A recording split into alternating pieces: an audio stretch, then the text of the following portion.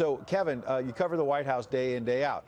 On one hand, yeah, at these summits, you always want to carefully prepare and you want to have all the ducks in a row. Yeah. On the other hand, as you know better than anyone covering this White House, this is a White House that the president likes to go with his own playbook, as you see his motorcade pull up now. Sure. And so we got to be ready for anything. Well, the unpredictability is what makes this president so unique.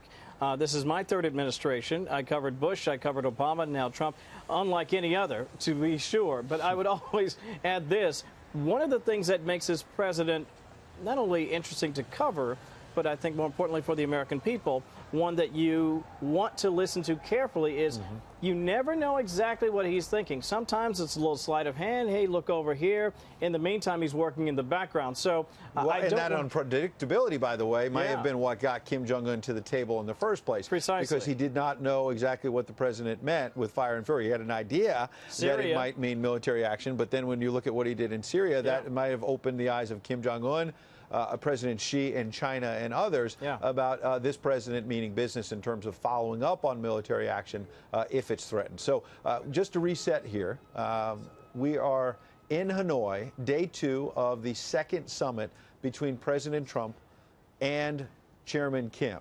I understand, and Kevin, I'm going to give you a chance to look at your phone while I talk to our viewers, because I understand we may be getting a new statement from Sarah Sanders or someone, so please jump in. Yep, this is a statement from the press secretary, Sarah Sanders. I want to read it to you and to the audience. It says, President Donald J. Trump of the United States and Chairman Kim Jong Un of the State Affairs Commission of the Democratic People's Republic of Korea, that's North Korea, obviously, had very good and constructive meetings in Hanoi, Vietnam on February 27, 28, 2019. The two leaders discussed various ways to advance denuclearization and economic-driven concepts.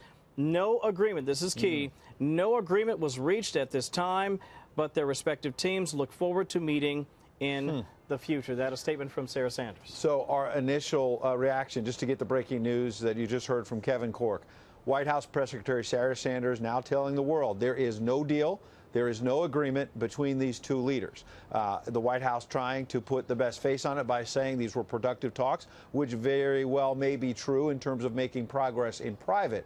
But the key to underline the breaking news at this hour is that the White House is acknowledging they do not have a deal. They had planned for a signing ceremony just about 20, 25 minutes from now, Kevin. And so now we no longer have to speculate. Now we've been trying to stick closely to the facts. In a few moments, we're going to have our colleague Bill Hemmer join us as well.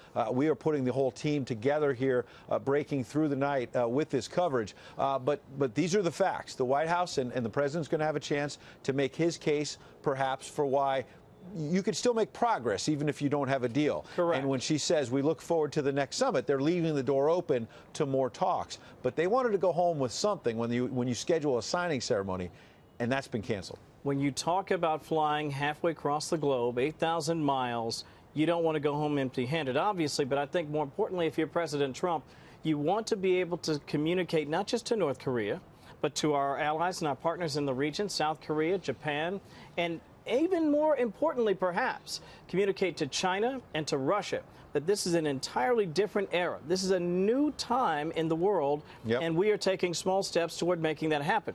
It doesn't look like he's going to be able to say that. We'll find out together, but I don't think there's any question. It's going to be difficult to spin this as a positive, given all the effort to get here. We shall see. The president also will be sitting down in a few moments with our own Sean Hannity, doing an exclusive interview. Kevin, stay close because we're going to get back to you